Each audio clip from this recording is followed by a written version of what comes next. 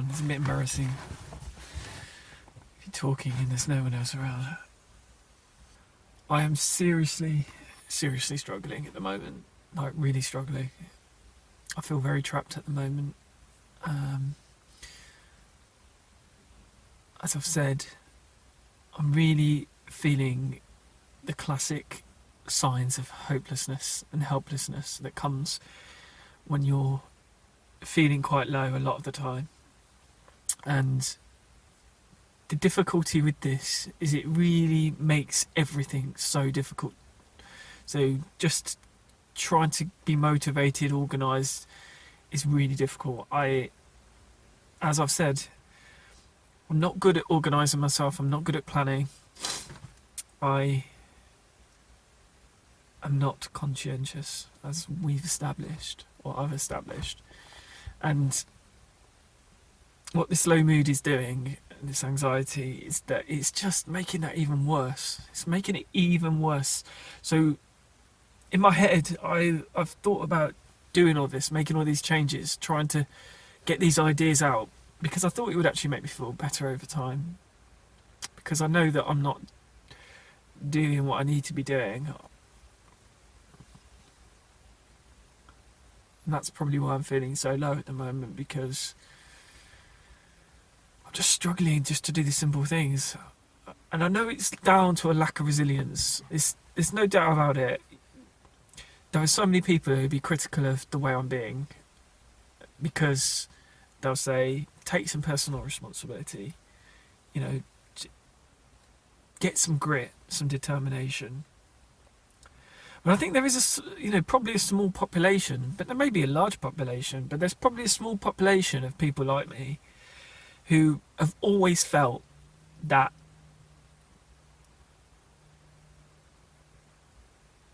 there's a car coming. I'll wait for that to go by because I feel a bit embarrassed.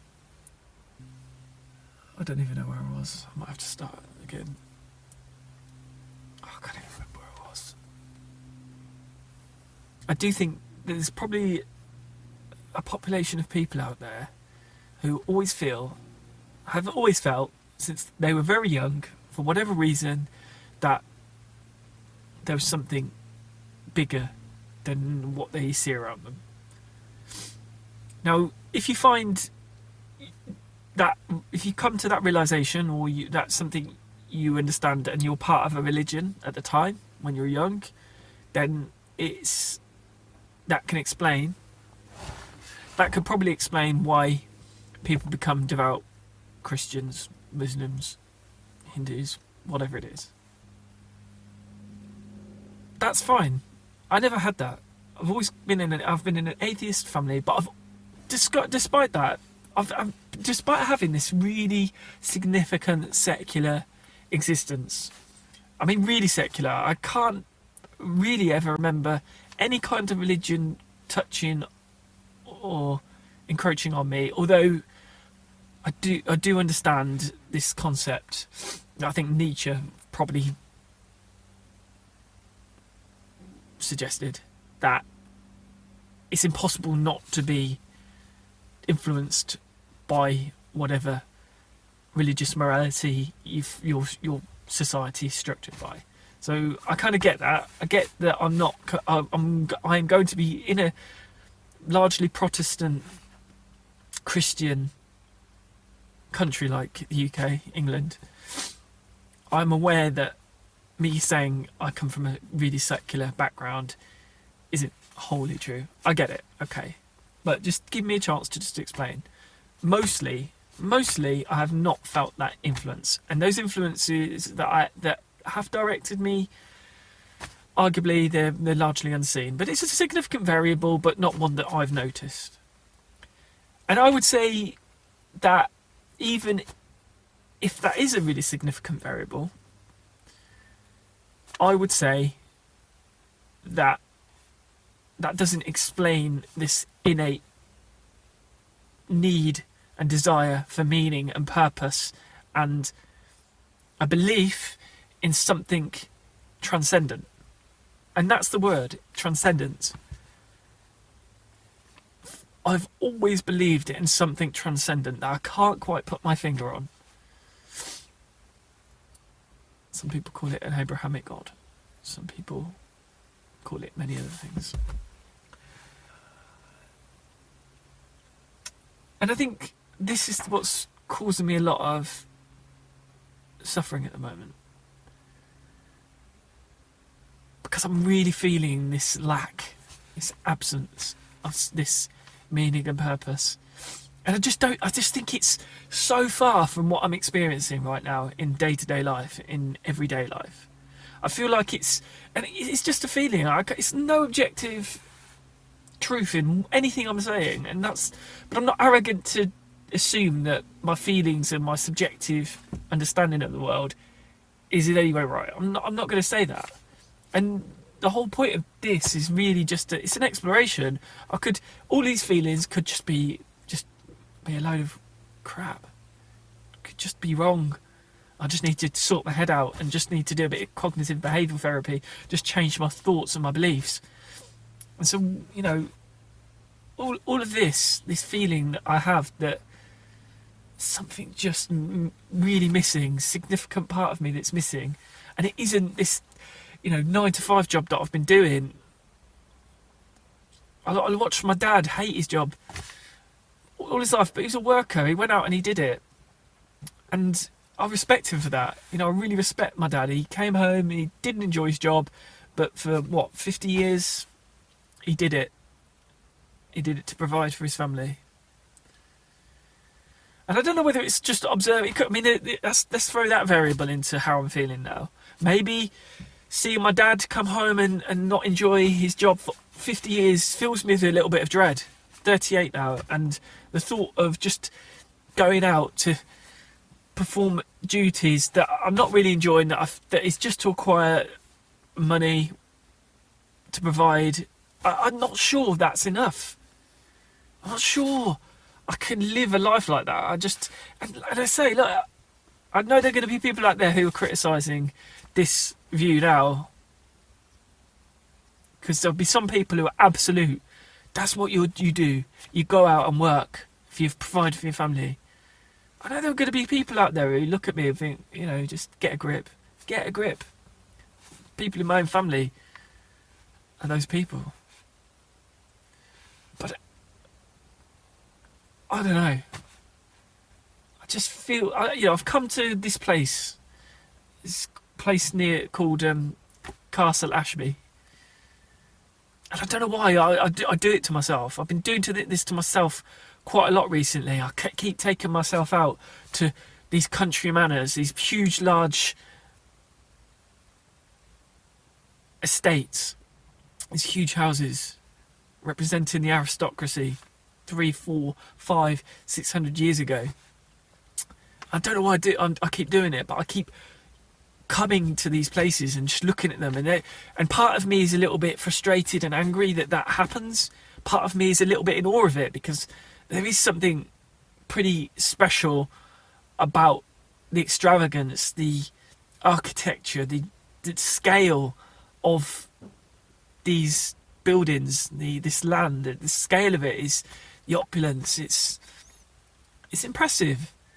And when I think of nobility, I think, wow, yeah, that there's something in the term nobility. And again, I don't know anything about Nietzsche really, but he talks about nobility a bit, I think. Like I said, I know nothing. I really know nothing. I know nothing. But every now and then somebody will say something, somebody brilliant, and it will just stick with me. And I like this idea of nobility, this concept of nobility. I don't think we should just say it's about inequality. I think I like this term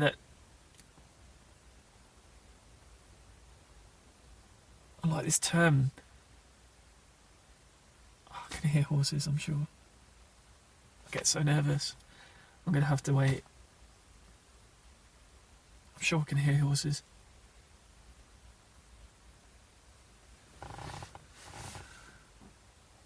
Yeah, definitely horses. I'm going to pause it. Horse rider's gone. Possibly part of the nobility. It's quite possible. Yeah, you know what? I don't know what it is. I really don't know what it is when I come to these places. And you almost, I don't know. I don't even know if it's envy. Or it's a kind of longing. It's a yearning. It's a longing to know, what it is to be noble, to be a human with certain refined characteristics. And when I say nobility, I mean the purest form of nobility. And we're not talking about historical nobility, who were arguably just as flawed, if not more flawed, than human beings. But I like the term nobility. This, almost this refined, perfected human with certain sensibilities and habits, rituals, rules, customs. If you see it as an ideal rather than something that is part of history, if that makes sense. So what I'm trying to say is that I like the ideal, the nobility. It's ideal, the ideal of it. But then, of course, I do come here. I do think I think to sometimes get me angry, to get me motivated, because it does represent the vast inequalities of the history of humankind. So it's both antagonistic and aspirational, which isn't a bad kind of tension, I don't think. I believe in certain tensions between different things. I like this concept that on the one hand I get a little bit annoyed when I see these places of vast wealth and opulence, and at the same time there is something about it. People, walkers, I'm gonna have to wait.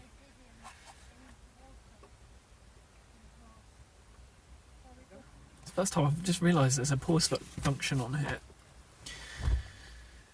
Walkers just went by. Just can't.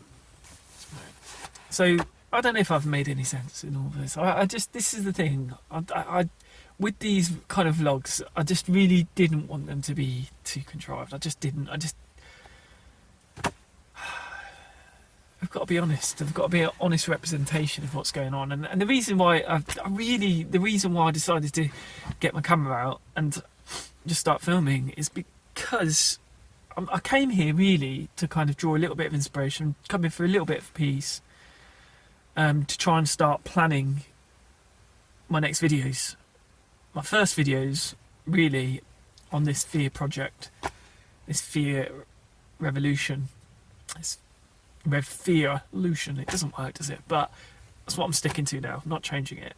It's a bit of a mouthful, but the idea was that I started with the words fear and revolution. It's very hard to actually try to find a fear revolution and different sites that don't have that. So you look on Instagram, somebody's got fear revolution, but they're not really doing anything about it. I don't know what the revolution fear. I mean, ideally it would just be revolution fear or fear revolution for this project, but it's very hard to find a format that hasn't got those words. So I had to just make this fear revolution, rev fear revolution. I think what I want to say is rev fear revolution, rev fear revolution. I don't know. You know what I mean? But when I started out this project, I thought, oh, God, I want fear and I want revolution in there. And then I started working on the logo, which I'll show you if I can. I started out with that, and I just liked the way it looked. That's where it began. Did I do any more after that? I think so. Did I do any more? Oh yeah, I think I did loads. Did I do any? That's weird. What is it? I don't know why I'm becoming obsessed about trying to find this. Yeah, it was in my little book. My book of chaos. I did lots of, that was I just like the idea of revolution and fear. So, yeah, that's where it all began. I mean, this is my book of chaotic ideas, just scrawls of just ideas that are just, I don't have any idea how I'm going to even begin to make sense of these. But you know what? It's better to have a book of ideas than just keep them in your head, because I forget so many things. I come up with some relatively interesting ideas, maybe. I don't know if they're good ideas, but I think I'd come up with some good ideas. Well, what I would consider a good idea. Whether the world thinks that, I don't know. But my point is that if I don't write it down, I'll forget about it. So I'll never know if it's just me that thinks it's a good idea or the world.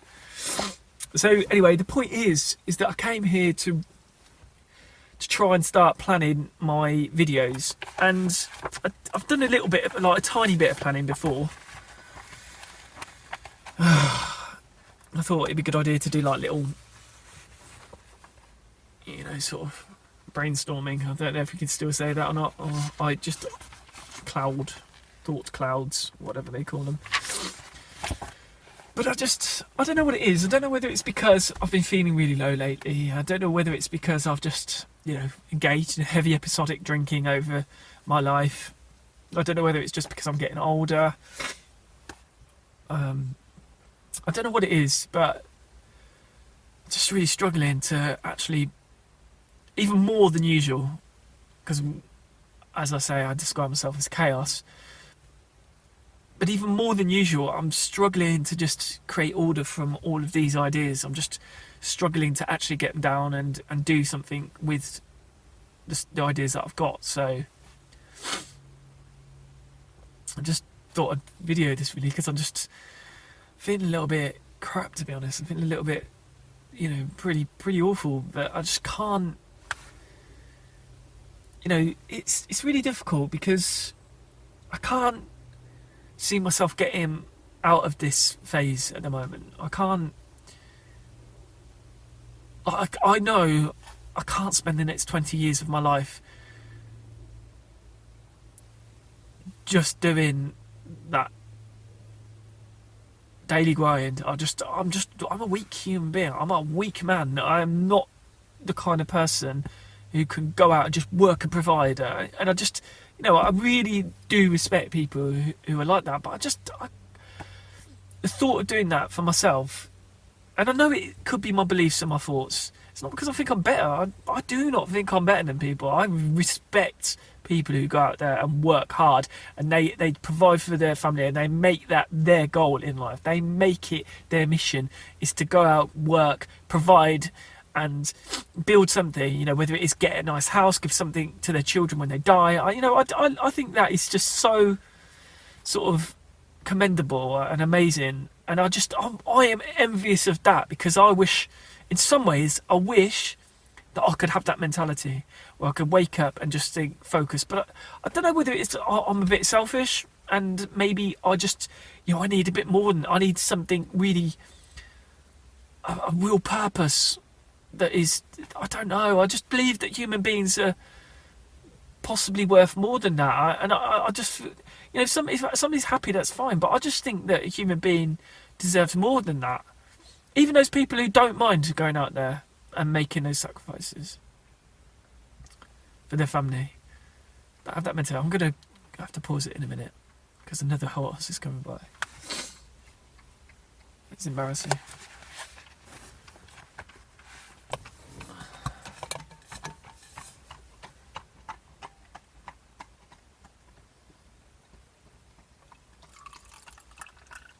Sure, people keep walking down here and thinking I'm some sort of weirdo. I'm going to hurt them or something. I'm not going to. I'm just sitting here.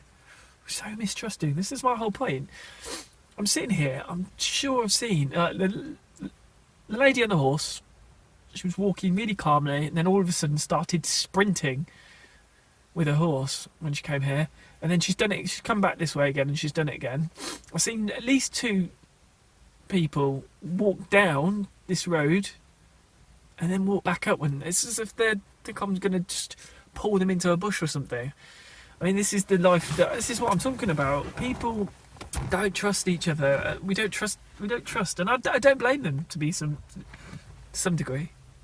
You can't blame some people for feeling that way. I respect a person that can go out and works hard for their family, but I can't help but even all of us are being duped. Like,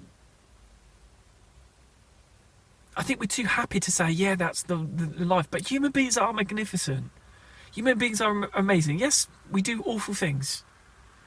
Part of my discussion will be acknowledging that people do bad things, but this is what fear exploration is all about. It's about trying to understand why people do those things, I guess. But people are amazing. Like,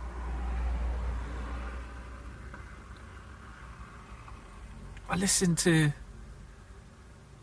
certain pieces of music and see what people are doing in the science and technological industry, looking at the deep recesses of space, seeing how, exploring black holes, the Big Bang, trying to work out how life began.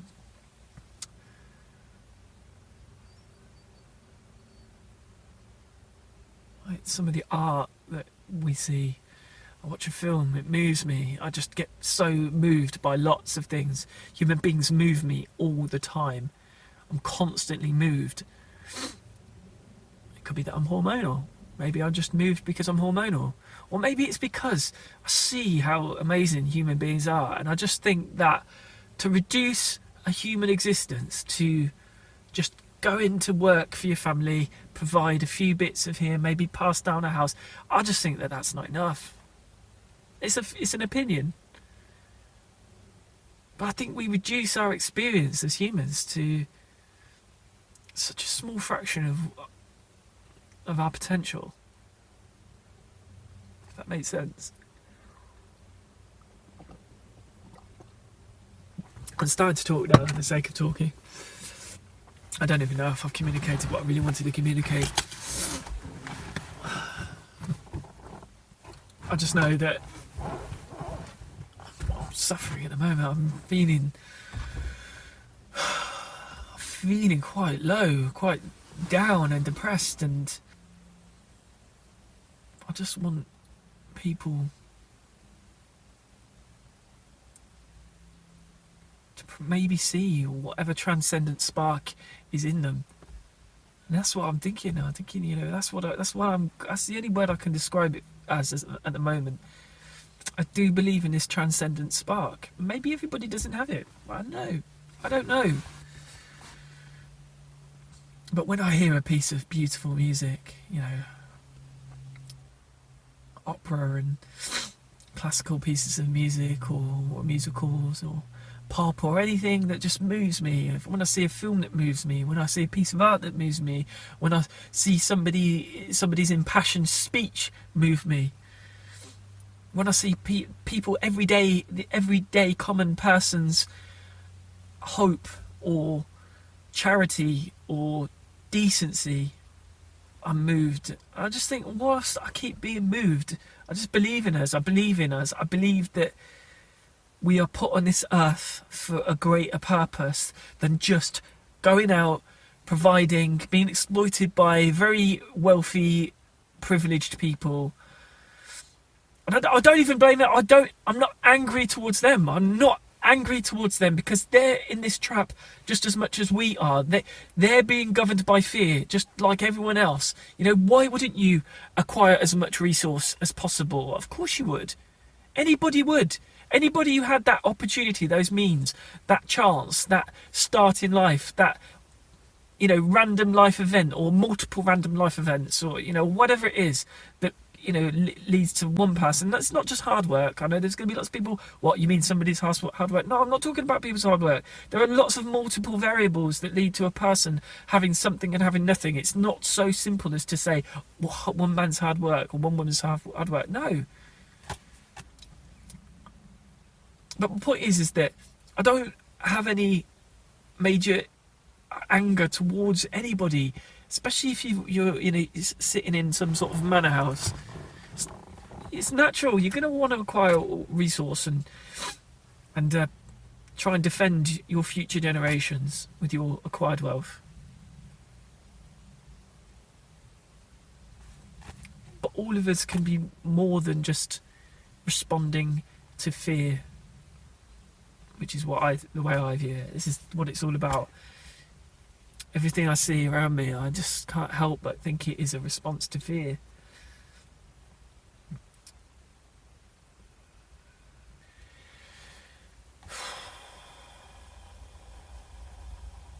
I don't know. It's weird, isn't it? Because the thing about recording videos is that you can have silent moments. You can have a silent moment like this. Normally this would be in my head. This would be me talking to myself. And I think I articulate myself better in my head. I think I think better than I actually speak. Maybe over time I will get better at it. But I just wonder, I've always wondered, are there other people having these moments? Other people sitting there, go for walks, having in their home, upset, afraid, sort of frustrated, because I feel you often feel very alone. You often feel very alone. I often wonder how many other people are having moments like this, having these thoughts. And if we're all having them, maybe we're all having them. We just don't vocalise them. We don't share them because we've accepted the status quo. We've accepted that this model of life, human behaviour, society, this is the way it is. You live, you're born, you educate, you work, you procreate, you die. But maybe you have a greater purpose than that. There's something in us. I know there is. I don't know there is. I just heavily feel there is. I can't help but feel there's something more about our species. It does cause me a lot of pain to think that I might just have to reject this hope.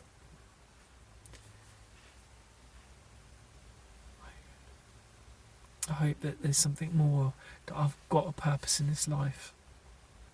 It is scary. I can see why people get depression, and it feels a little futile sometimes.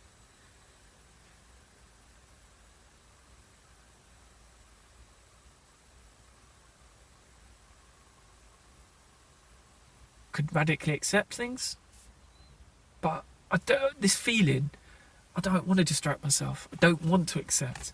I believe that what I'm feeling now, there's a reason for it. The reason why I'm feeling so horrible, anxious, low, is because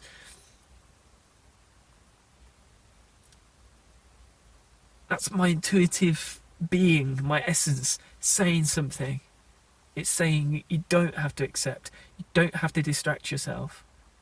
You can be a revolutionary. You can be a rebel. You don't have to accept the status quo. And let me be clear. Let me be very, very clear. I really give a shit about other people. I really give a shit about other people. I actually really care about other people. This isn't just about me at all. I think if it was just about me, I probably could just learn to distract and accept. But it isn't just about me. This is about the kind of world that my children are going to grow up in, their grandchildren, about other people's grandchildren. I have seen suffering for about 20 years. 20 years I've been in mental health, I've seen suffering. And I've felt pretty helpless.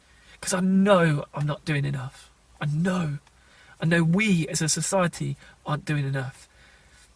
And you know what? I'm not the brightest. I'm not the smartest. But I know when something is wrong. I just know. Sometimes you don't need objective facts. Sometimes you have to draw on something else. Something intuitive. Let's be honest. Do I look like somebody who's going to become a megalomaniac? Maybe, but I don't, because I know what is driving this is this belief in human beings, and this real care and love for other human beings, like genuine care for other people's suffering, and this belief in awe and wonder and this transcendent spark, this transcendent thing, phenomena. I believe in it. I do believe in it. I don't think that kind of, when you really care about people, when you really believe in humans, people, when you believe in this greater phenomena, I don't think that, can that lead to tyranny? Can it lead to totalitarianism?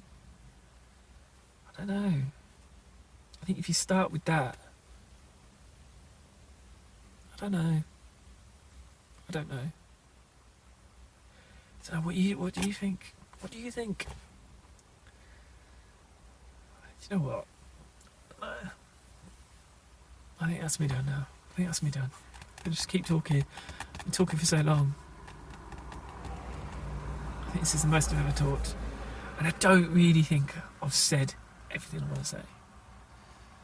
It's just been a jumble. It looks like somebody who's on the edge, doesn't it? I look like somebody who's on the precipice.